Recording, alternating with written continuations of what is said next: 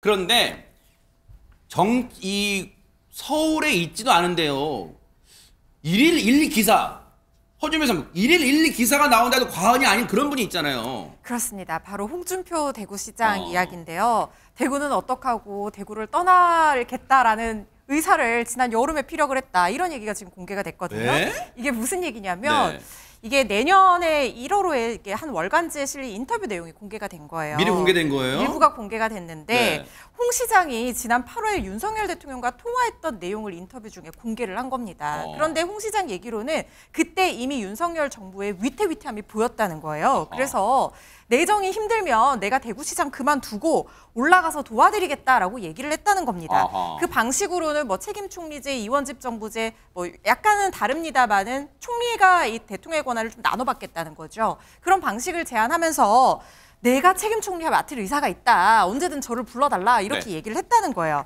그래서 윤석열 대통령이 정진석 비서실장이랑 한번 의논을 해보겠다라고 대답을 했는데 네. 홍 시장이 그렇게 의논하면 외부에 공개가 되니까 본인이 결심했을 때 바로 발표를 하시라. 하지만 현실적으로 쉽지가 않으니까 야당과 타협하라. 이런 얘기도 했다는 내용을 공개를 한 겁니다. 최진봉 교수님. 네. 떡줄 사람은 생각도 안 하는데 본인 추천, 셀프 추천한 거예요. 내가 책임 총리 해볼게. 뭐 어떻게 한 거예요? 뭐예요? 그런 거예요. 그러니까 대통령 되고 싶어가지고 이러는 거예요. 네. 제가 볼 때는 이제 왜냐면 윤석열 정부가 이제 워낙 인기가 없으니까 자기가 들어가서 구원투수 역할을 해서 대선 뭐 벌어지면 대선 후보로서 역할을 해보겠다 이런 얘기인 것 같은데 정말 저러면 대구 시민들은 어떤 생각이 들겠습니까? 2년 이제 뭐 뽑아가지고 아직 임기가 남아있잖아요. 그럼 대구시장을 출마를 하지 말았어야죠. 저런 얘기 하시면 진짜 안 된다고 생각해요.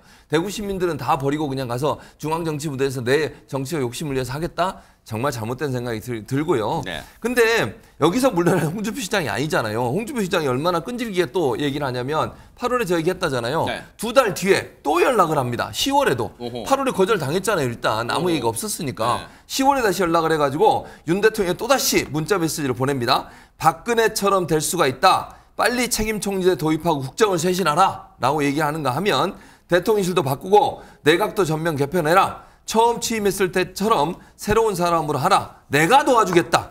또다시 도움의 손길을 내민 겁니다. 그렇지만 역시 답은 받지 못했습니다. 대박 사건. 결과론인데 홍준표 시장이 10월 달에 그랬다는 거 아니에요. 박근혜처럼 될 수가 있다.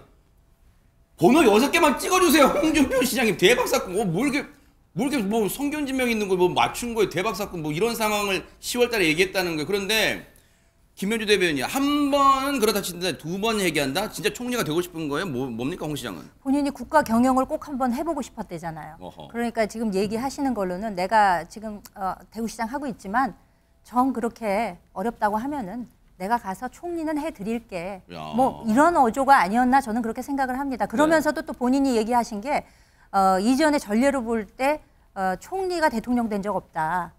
그러니까 내가 총리를 하게 되면 그 대통령 될 기회가 어쩌면 적어질지도 모르나 다만 내가 가서 도와는 드릴 수 있다. 이런 식으로 얘기하신 게 아닌가 싶은데 네. 저는 여기서 이제 그 정도로 당의 원로이자 또 뭐 정계에서 대선배 아니겠습니까? 그 정도로 이 국정이 잘못된 방향으로 가고 있었다고 하면은 네. 본인을 총리를 시켜주면 뭘 하겠다라고 이야기하기 전에 어떻게 좀 국정을 쇄신해야 되는지 대통령께서 잘못하고 계시는 점이 이런 게 있으니까 이렇게 좀 해달라라고 왜 진작 이야기를 못 하셨는지 그 점은 참 좀 안타까운 생각이 듭니다.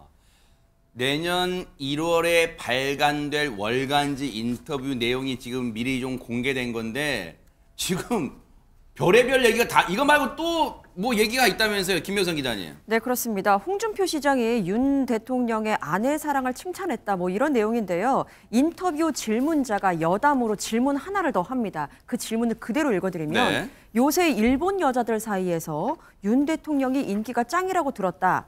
아내 지키겠다고 저렇게 군대까지 동원하는 사람이 어디 있느냐라고 질문을 했다는 겁니다.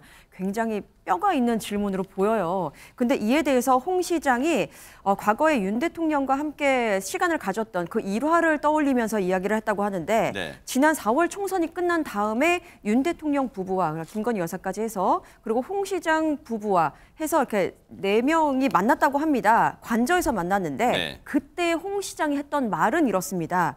자기 여자 하나 못 지키는 사내가 어떻게 5천만 국민의 생명과 재산을 지키겠느냐라는 말과 함께 김 여사는 권양숙 여사처럼 처신해줬으면 좋겠다라고 조언을 했다는 겁니다. 이 뜻은 무엇인고 하니 권 여사는 그 노무현 정부 5년 동안 부득이한 경우에만 공식 석상에 나왔고 대외 활동을 잘 하지 않았다. 그러니까 김 여사의 잦은 활동으로 발생한 논란의 소지를 없애보자라는 취지로 이야기를 했다는 내용까지 오늘 게재가 됐습니다. 야, 참 놀라운 이 기술이에요.